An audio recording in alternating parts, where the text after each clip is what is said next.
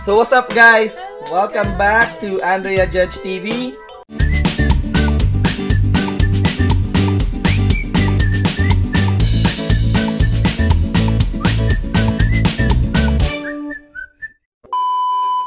It's me, Andrea. And Judge. And yeah, for today's video, gagawa tayo ng another episode of American Dream Journey for Nurses. Yes, episode 8! So ayan guys, episode 8 na tayo ng American Journey for American Dream Journey for Nurses. Kasi ano niya to segment niya to guys eh. Ayun. So guys, first thank you ulit sa mga nanood ng ating thank you guys. Episodes with Nurse Furby. So hopefully na-inspire kayo dun sa kanyang story dito sa or yung journey niya as a nurse here in the US. Yeah. So ano ba pag-usapan natin today? For today, on this video, ang i-discuss or pag-usapan natin is all about 5 common struggles ng mga foreign nurses na pumunta dito sa Amerika. Yes. So, specifically, mga Pinoy nurses. Kasi karamihan naman, and yeah, yung ginagawa naman natin tong vlog na to is para sa mga Pinoy nurses. So, ito guys, disclaimer lang kasi itong top 5 struggles namin is based in our on our experiences.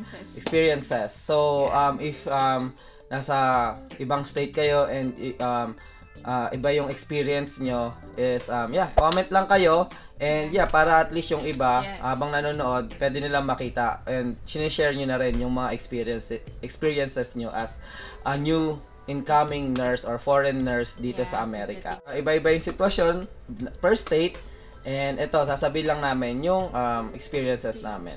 So, itong video na to is para syempre sa mga hindi pa nakakapunta dito and sa mga bagong nurses dito sa Amerika na ma-feel nila na, hindi lang pala kami nag-iisa. So, normal lang pala yon yung mga ganong experiences. So, ano pa hinihintay natin? Let's go! So, ano bang simulan namin sa panglima guys? So, ang panglima naming struggles dito sa US is first one is yung weather. Yes, correct. Climate dito sa Amerika. Yeah. So, syempre, galing tayo sa Philippines, tropical country. Yung weather doon is, alam niyo naman dyan, di ba? 2 seasons lang, tag-araw, tag-ulan. Pero dito, we have 4 seasons, di ba, sa US. So, specifically dito sa Illinois, yung challenges namin is mostly during winter time. Yeah. Kasi syempre dito sa Illinois yung snow talaga medyo minsan tumataas talaga and sobrang lamig dito kasi yun nga, windy city ang Chicago and malapit kami dun sa lake, Great Lake. So talagang malamig. Grabe yung wind. So ayun guys, struggle siya sa amin kasi pag pumapasok kami, lalo na pag umaga ka, paglabas mo, need mo pa mag-shovel, so, hindi tulad sa Pilipinas, like, pasok ka lang, like, magbihis ka lang, ligo, bihis, alis, and then, yun, okay na. Medyo, ang struggle sa Pilipinas pagbaha, or like, pag umuulan. So, dito, same din halos, pero mas matindi kasi ito may halong lamig. So, pag di ka naka-proper gear, talagang frostbite ang abutin mo. So, minsan, gumigising kami ng, kung mapasok ko 7 AM, gumigising ako na minsan 4:30 kasi kailangan ko pa mag-shovel. So, mag-exercise ka muna, shovel mo muna. Lalo na pag madaling araw yung snow, shovel mo muna yung pathway, i-clear mo yung sasakyan kung wala ka pang garage. So, mahirap yung weather condition minsan. Same time yung lamig. Lamig din so, talaga. So, minsan pagpapasok ka, di ba? Ang dami mo pang kailangan suotin. So, naalala ko, nung time na papasok ako, I think 3 patong yata ako. Tapos, sa loob, yung scrub suit mo, kasi ako nag-scrub suit ako, si Judge sa OR different yung niya. So yung akin nag-scrub suit, tapos meron pa yung yung coat mo. So yun yung mga kailangan yung paghandaan. Pagka, kunwari, pupunta, i-check nyo kung anong state kayo pupunta. Yeah. So, paghandaan nyo, like, kunwari, pag nasa Pilipinas pa lang kayo or nasa Middle East, tapos pupunta kayo ng Amerika, kung mas snow doon, yan, yung mga jackets, yan yung importante. Yes. And, yung snow, sa una, masaya. Pero guys, struggle talaga siya pag papasok ka. So, papasok ka minsan ng sasakyan, nanginginig ka, may chill, lalo na pag hindi remote start yung sasakyan mo. Para ka nasa freezer. So, parang ayaw mo na pumasok pagka ganon. So, talagang quarter season yun ng and na-experience namin dito yung sobrang lamig kasi nag-negative 60 yata noon. 60, yeah. Fahrenheit, guys. And nung time na yun, nag-office ako nun kasi ng UM nurse na ako nun. Pero pumapasok ako sa office nung time na yun. Ang hirap kasi yung kotse namin nun hindi siya remote start. So, kailangan talaga magstay ka kahit gloves lahat, naka-gloves and talagang ang sakit sa kamay nung lamig. Yeah. Kahit naka-gloves ka na and kahit meron ka ng ear muffs, tapos meron ka pang headgear para dun sa lamig. So yun. Saka dito naman guys, although struggle siya, yung mga hospital or nursing home, nursing facility, din sila din naman sila sa mga ganyang sitwasyon. So, kung di mo na kayang pumasok, okay lang. Minsan, doon ka na pinapatulog sa hospital. Or minsan is, may bus sila na susundo sa'yo. So, malaking truck yun, malaking bus na susundo sa'yo para makapasok ka. And struggles din yun sa mga outgoing nurses. Dahil minsan yung iba hindi nakakapasok. So, mapipilitan sila magstay with bonus. Pero, yun. Pero, syempre, pagod ka. Ayan. So, yeah. So, ayun.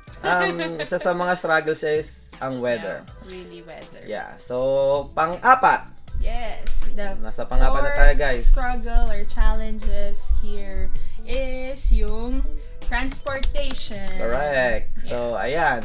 So, kung mapapanood nyo yung previous vlog namin, interview namin kay Levi, isa din to sa struggles na sinasabi niya. Kasi tulad nga ng medyo connected siya sa weather saka yung transportation. Kasi kahit na walang snow, sabihin natin walang snow, pero sobrang lamig naman. Dito, kung wala ka pang sasakyan, for sure, wala ka pang sasakyan, o maswerte ka kung may sasakyan ka na kaagad pagdating mo dito. Sobrang hirap ng transportation. Hindi naman sa pangit yung transportation system nila. Pero yun nga sobrang organized ang transportation system nila dito. Minsan, kailangan mo pa pumunta sa bus stop na pinakamalapit. Paano yung pinamalapit is 0.5 miles yung lalakarin mo. So, walking like 15 minutes and then naglalakad ka ng 10 degree Fahrenheit or mas masaklap kung negative or single digit. So, ayun, 'di ba?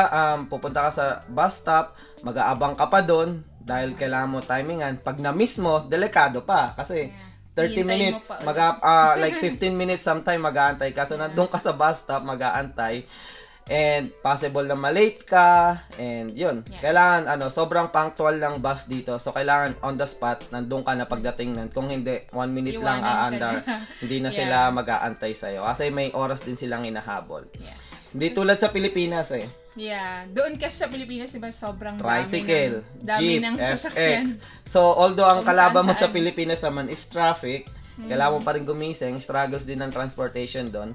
Pero syempre, kung pupunta ka dito, mas maganda, alam mo na din kung ano yung dadatnan mo. Kung anong magiging struggles. Kasi sa Pilipinas, pwede kang sumakay ng tricycle pa mo sakay ng jeepney.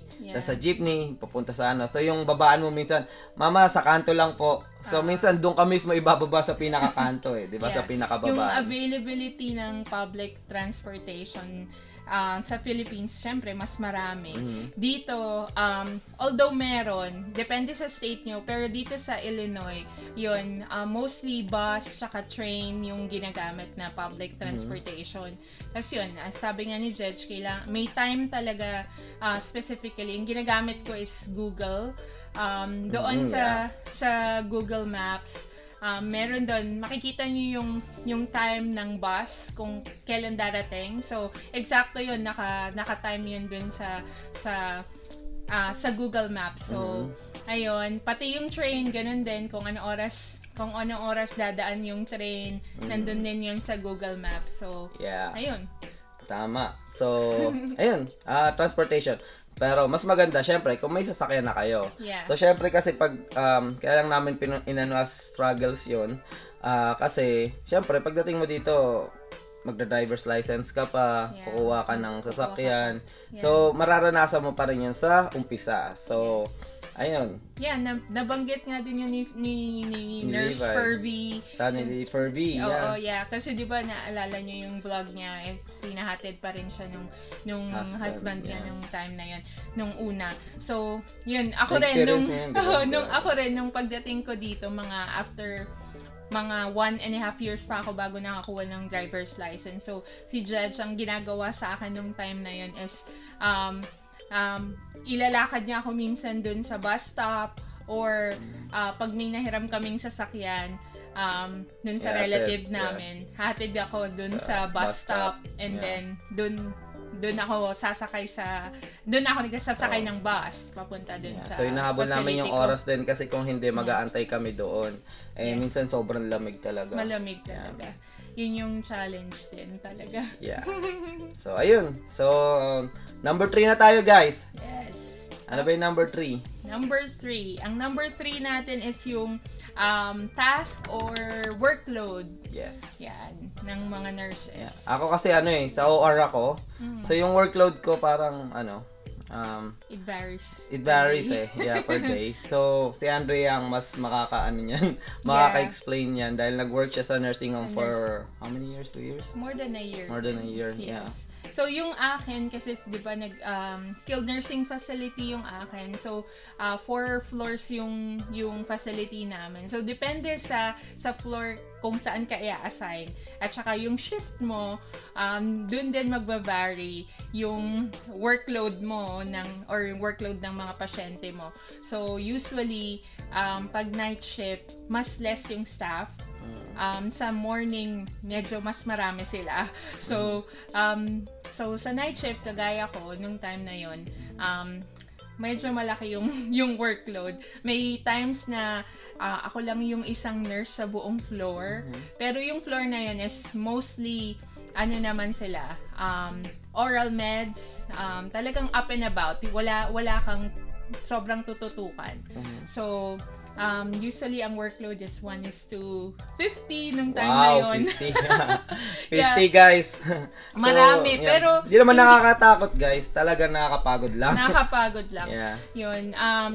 Biruin nyo guys, buong shift 50 yon. Pero hindi lahat naman bibigyan ko ng medications. Mostly vitamins and parang lang yon, mga nila, omeprazole, yung mga ganon, yung morning meds. Kaya hindi ganun kahirap. Yun nga lang, syempre, sa 50 pasyente, maaga pa lang nag-prepare na ako ng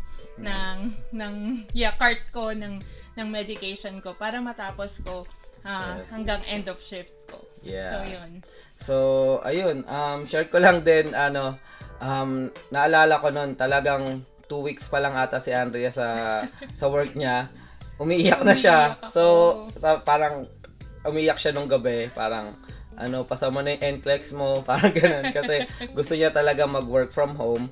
So, ayun, nung nakapasa ako naman nag-work sa hospital. And then, sabi ko, sige, mag-apply ka na sa work from home para at least stay at home ka lang and enjoy mo pa yung ginagawa mo. So, ayan. So, dito naman kasi, mapasok ko lang din yung workload. Hati naman siya, guys. Kaso kasi pag bago ka talaga, maninibago ka eh. Lalo na pag wala kang experience sa Pilipinas. Kasi pag punta mo dito, shock ka sa dami. Pero hindi naman lahat. Pero kung hospital na kagad talaga yung trinabawan, I think 1:5 lang sila sa hospital or 6 or 8. Mababa, pero pag nursing home, talagang marami. And yun, hati naman yan, guys. Hindi naman siya like lahat sa nurses. So, yun din yung advantage natin as Filipino nurses. Kasi sa Pilipinas, ginagawa natin lahat. So, dito, marunong ka lang mag-delegate. Talagang, malaking tulong. Kasi dito, pagka may nurse ka, meron kang LPN. Yung LPN is parang vocational nurse. So, ang responsibility nila, pwede sila magbigay ng meds and then some other. Pero I think they can assess too, right? Pero final decision is in charting is for the RN. So magre-report sila sa'yo. And then next, meron ditong CNA or Certified Nursing Assistant. So sila naman is yung mga ano lang, yung bedside care. Like bathing, pag nagpupo yung pasyente, ano pa ba yung mga ginagawa ng CNA, like positioning, transport ng patient to the kunwari hindi masyadong mobile yung pasyente, mag-assist din sa patient papunta sa bathroom or something. So ayun, and then beddings, mag-ayos ng beddings. So, sa Pilipinas tayo lahat yon, dito may ganon. So pag na-practice mo yon, kaya nga namin sinasabi sa una lang eh. So pag natuto ka mag-delegate, kasi sa una may hiya ka kasi wala ka namang ganun sa Pilipinas eh. Pag natuto ka mag-delegate, mas mapapadali. Magiging madali yung shift mo. But actually, honestly, Dad, yun yung struggle ko nung sa facility ko nung una. Kasi nahihiya ako mag-delegate. Tsaka, as Filipino, parang, hindi ko naman nila lahat, pero as ako specifically, gusto ko, parang, yes, ako. Yeah. So, kasi mahilig tayo nun na ikaw yung I gagawa. will do everything, ako yung gagawa lahat. Pero, na-realize ko is parang... Mapapagod ka. Yes, nakakapagod. Kaya nga may mga ganun eh. Sa amin naman sa OR, meron kaming counterpart ng CNA. May SST, may anesthesia tech. So, pwede namin i-delegate din yung ibang gawain. Dito sa OR sa Pilipinas, ikaw ata din talaga gagawa ng lahat. So, ayun. So, nakakatatlo na tayo, guys. Meron pa tayong dalawa. And ayun, guys, number 2 na tayo. So, ano ba yung number 2 natin? Ang number 2 struggle or challenges is yung hospital settings, equipments. Yan. Napakalaking adjustment. Napakalaking struggles, guys. Kasi tulad nga nung sinabi ko. Ikaw, kasi usually marami kayong ginagamit equipments, sa OR. guys. Like robotic. So, ang dami. Iba talaga. Like, ang daming, like sa OR, ang dami kong kailangan kabisadong equipment na wala sa Pilipinas sometimes na yung procedure ba, yung supplies, and then yung specialized supplies, maraming gan sa OR. So, to put this in the kind of like a context, ito yung first OR job ko or ito yung first job ko dito sa US. So, I don't have any experience sa OR. Pero kasi nung nag-apply ako, ang experience ko lang sa Pilipinas is research sa PGH and then EMT. Grabe. Parang zero knowledge. Wala talaga akong alam. Like yung mga instrumentation and equipments. Like, kunwari, yung mga monitoring. Kasi sa Pilipinas, yung vital signs natin, yung pulse ox. Ewan ko sa ibang hospital pero yung na-experience ko is like yung pulse ox, BP cuff. Dito, kapit mo lang yung di ba? May monitor ka na kagad. You don't need to like put a lot of stuff, just like monitoring. Mostly naman yung mga equipments is really to, parang nakakatulong din sa mga healthcare workers, sa mga staff. Pero yung challenge lang din is yung minsan parang takot kang gamitin kasi bago. Hindi mo kasi alam kung paano gamitin. Pero the good thing is, ikaw lang talaga mismo yung talagang you need to ask. Yes. Kailangan lakasan mo yung loob mo na, can you help me? Can you teach me how to use this equipment because I'm not familiar with this. So yun yung kailangan yung gawin. Usually especially sa OR ang dami. May hybrid room kami. So sa hybrid room, grabe, ang daming mga computerized kind of machinery in there. Pag sasabihin ko, alright, lalagay nila ako doon, I just tell them I'm not comfortable doing this. I need someone na expert sa gagawa. But, for example, he or she can teach me on how to do this. Para sa future, kaya ko na din gawin. Or para sa future, may idea ko kahit pa paano kung paano ko siya gawin. So, kagandahan sa amin sa OR is routinary yung gawa namin. So, kunwari, kidney transplant, robotic kidney. So, gawin mo robotic kidney ng 5 times, siguro makakabisado mo na eh. So, minsan, nag-stay din ako ng medyo late Gusto ko pag-aralan kung paano binabasa ko yung manual, inaalam ko kung saan nakalagay, tinitingnan ko kung paano i-operate yung bawat equipments. So, ayun. Ano lang talaga, struggle sa una kasi parang information overload. Pero i-pacing mo lang yung sarili mo. Mag-back to basic ka lang. As long as alam mo yung basic, like basic equipment. Then, saka mo na isipin yung mga specialized, advanced equipment. Matututo ka kasi araw-araw mo naman gagawin eh. So, lahat tayo pinagdaanan yan. So, kung bago ka, nasa Pilipinas ka pa lang, medyo kinakabahan ka sa mga equipment dito sa US or sa Amerika, yun, I think, normal yun. Yeah, normal yun. Correct, normal yun. So, wag kang, normal na kabahan, anxious ka kasi di mo pa alam yung gagawin. Pero yun nga, kaya namin ginagawa tong vlog na to, is, nag-struggle kami sa ganung part. Pero, hindi mo kailangang sumuko doon kasi makakabisado mo naman siya. Parang ma-overcome mo din yun nga lang, sabi nga, yun nga yung gusto namin sabihin sa inyo is to i-accept mo na hindi mo alam. Kumbaga, you tell them. Sobrang bait nila dito. Ituturo nila sa'yo. Kailangan mo lang maging honest na hindi mo alam or hindi mo kabisado or hindi ka komportable gawin yun. Actually, sila din naman yung mga new grad na laki dito na ibang lahi. Ganun din sila. Mas vocal sila na, I can't do this one. So, Judge, can you help me with this? Yeah, alright. I'll help you kasi kabisado ko naman na. Tapos, ayun, basta hindi ka komportable, you can always ask the charge nurse or yung mga malalakas na nurses sa paligid mo. Yes. Yun yung struggle ko nung una eh. So, kasi mahina loob. Hindi. And nahihiyain ako na sabihin na, can you help me? Or parang iniisip ko, ang expectation nila is, alam mo na yon. Pero, hindi pala. So, I mean, mali yung yung expectation mo sa kanila ko kasi yung feeling mo feeling ko dapat alam mo na lahat. Yung parang yun yung iniisip nila. Pero hindi sabihin mo lang na hindi mo alam. For example, nakalimutan mo, sorry, I forgot about this. It's been a while. Can you refresh me with this? You just need to be vocal, honest, and and then willing naman sila magtulong. Kasi collaborative naman ng nursing. So talagang tutulungan kanila. So yung sa nursing facility, usually yung mga madalas na ginagamit doon is pag yung mga pasyente kailangan ng antibiotics, meron doon na IV machine, yung IV pump, meron din yung iba naka G-tube. Yun, gagamit ka ng ng feeding tube, yung feeding pump, yun. Usually yun naman bladder scanner, tapos you just need to really reach out dun sa mga ibang nurses, supervisors mo na mga katulong sa'yo. Yes. So, ayun. And, malapit na tayo. Ito na. Ano ba ang number 1 namin? So, our number 1 na pinaka-struggle namin dito sa US ay especially ang kultura. Culture or kultura. Syempre, guys, kahit saan naman kung comfortable ka na mag-work sa Pilipinas and then kahit saan ka pumunta sa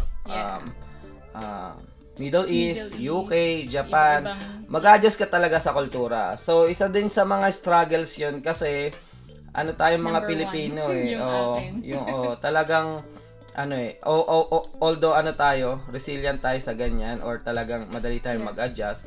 Pero talagang struggle sa sa lahat. Especially sa akin, sa OR, minsan ayoko mag-scrub Kasi ito lang like yung parang makikipag sa mga workmate mo lang.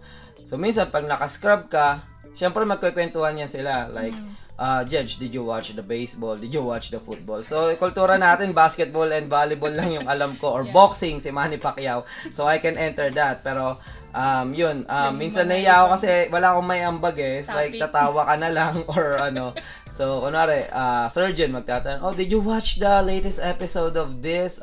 Or have you watched this since, so, di ka din makarelate minsan or something. Ayun, and then patient-wise naman, syempre, iba yung kultura dito. Maraming type of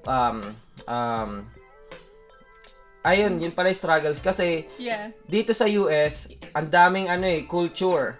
Kunwari, nagpunta ka ng Japan. Sa Japanese culture, mo lang sila, yung mga person sa Japan. Dito kasi, ang daming immigrant. Yan, daming iba-ibang lahi. May Indian, European, Australian na nagpunta dito. So, iba-iba. So, kailangan mo aralin. Diverse. Di ba nga sa NCLEX meron tayong yung bawat kultura ng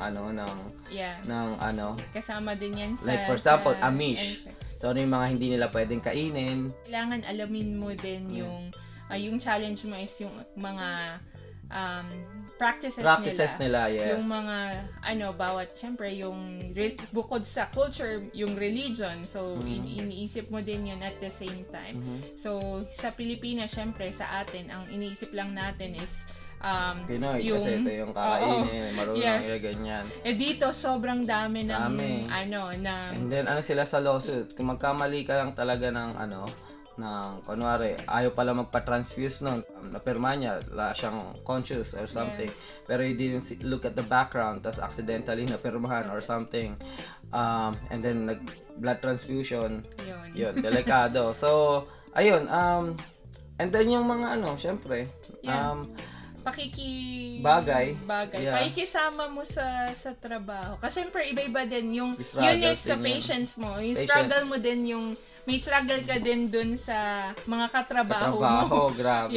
Naalala ko nung nag-work ako sa facility. Although marami akong kasamang mga Pilipino doon, pero mostly meron din akong ibang lahi. So, ang hirap minsan na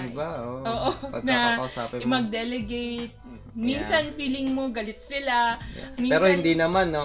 Yung tone of voice nila, ganun lang. Kala mo sinisigawan ka na, hindi pala, normal lang nila yun. Normal lang nila yun. Yung facial expression, yung parang, hey, what are you doing? Like, blah, blah, blah. And then, normal lang pala. So, minsan, kung hindi ka sensitive ka, pwedeng maapektuhan ka, or matakot ka, or alam mo yun. So, yan, guys, yung mga papunta pa lang dito, normal lang yan. So, kaya mahihirapan ka ng una kapag hindi mo alam kabisado kung paano, sila magsalita. Swerte ka kung kaya mo makipag-connect agad sa kanila, pero kung medyo hindi ka sanay, tsaka kagaya ko, medyo introvert ako, hindi ako masyadong lumalabas. So, hindi ako magaling sa, mostly sa interaction. So, yun yung struggle ko pag nakikipag-ano ko sa ibang tao or sa mga kasama ko. And ibang lahi, oh my gosh. Yun yung meron nga ako dun one time, kala ko nagalit siya sa akin. Naiyak na talaga ako, parang feeling ko sobrang na down ako nung time na yun. Pala pero normal lang sa kanya. Oo, normal lang sa kanya. So, ayun, yun lang. Expect nyo na yun. Yun nga, expect nyo yun and don't be sensitive sobra. Don't be balat sibuyas. Yun nga. Pakiramdaman nyo lang din. So, tignan nyo. Pero pagka-offensive na talaga, like may halong physical or degrading yung mga sinasabi. So, pwede nyo talagang i-voice out yun sa mga manager, sa pwede nyo naman i-voice out. So, tip guys, kung gusto nyong bagong nurse ka dito na Pilipino, galing Pilipinas, pagdating mo dito, magdala ka kagad sa shift mo ng Shanghai rolls, saka egg rolls, saka pansit. Gusto nila yun, guys. So, matutuwa sila sa'yo. So, guys, I brought some pansit or egg rolls for you. So, tip, guys. Magugustuhan ka nila. Mahilig sila sa food. Ayun. So, ayan. So, I think, ayun lang, guys, yung masishare namin sa inyo. Sorry, 5 lang. So, marami pa naman experiences or struggle talaga. So, ito lang talaga yung pinaka-common or para sa tingin namin is major na dapat paghandaan nyo kung pupunta kayo dito or kung nandito na kayo at you feel the same lang mga sinabi namin. That's fine. It's normal. Malalagpasan mo din yan. Magagawan mo rin siya ng, kumbaga, madidiskartehan mo ba rin siya, mo din siya in the future. So, ayan. I think dito na natin tatapusin yung vlog, guys. Thank you sa pagsama sa amin. Hopefully is na-motivate kayo or na kuha kayo ng information para sa amin. Alam ko maraming mga nurses nag-comment sa journey vlog natin yung as a nurse na nasa Pilipinas pa lang, nag-NCLEX, and then namomotivate sila mag-take ng NCLEX. NCLEX. So, ito guys, para din sa inyo to kasi, ayun, pag napasa nyo yung NCLEX, for sure, pupunta kayo dito. So, at least, medyo aware na kayo kung ano yung mga datatnan nyo dito. Yeah. So, yung mga nurses na nandito, if napanood nyo to, please share din guys, leave a comment dito sa vlog Yeah, nito. kung ano yung mga experiences nyo guys. Nyo para din, alam nila, marami pang experience kasi sa amin, based on our experience yun. For sure, baka kayo din, meron din kayong mga experiences dyan na gusto nyong i-share. Then, comment. Katulong yan, guys. Yeah, comment down below. Kasi magbabasa yan sila, guys. And then, really? So, we can open a conversation and then you can share information din sa kanila. So, ayun. Maraming salamat, guys, sa panonood. Currently, it's 828 subscribers na tayo, guys. Please, guys, 1K. Yung pinaka-goal namin. Please guys, help us by sharing our videos, our channel. And then syempre pag nanonood ka, subscribe mo na din yan. Yes, kasi guys, daming nanonood tapos hindi naka-subscribe. Please guys, subscribe. Wala naman mawawala. And gagawin pa namin kayo ng maraming content sa future. Yes. So ayun, maraming salamat ulit guys. Ingat kayo parati and God bless. Bye.